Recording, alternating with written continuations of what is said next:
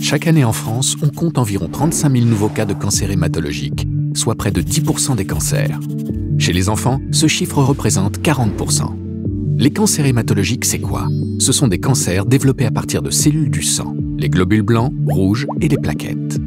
Ces maladies complexes, souvent méconnues du grand public, alternent des phases avec ou sans symptômes, avec ou sans traitement. Ces phases sont souvent déroutantes pour le patient et son entourage.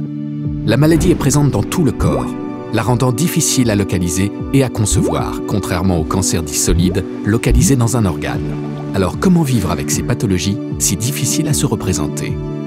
3 associations de patients et 3 laboratoires experts de ces maladies ont collaboré pour créer Empathie, une enquête sur l'expérience vécue par les patients atteints d'hémopathie maligne destinée à identifier des pratiques et pistes d'amélioration pour minimiser l'impact de la maladie au quotidien.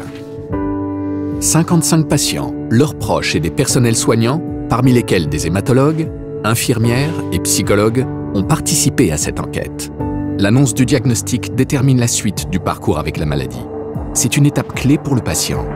L'utilisation par les soignants d'un vocabulaire accessible, qui prend en compte le ressenti du patient, lui permet de mieux comprendre sa pathologie et d'appréhender son nouveau statut de malade.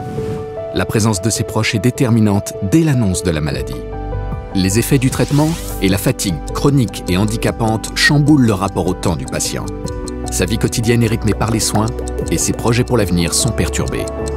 Pour éviter le cercle vicieux de l'isolement et améliorer son quotidien, plusieurs solutions ont été partagées par les personnes interrogées.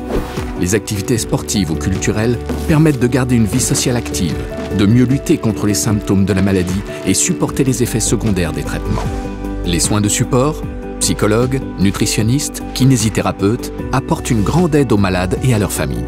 Les patients devraient y avoir accès systématiquement.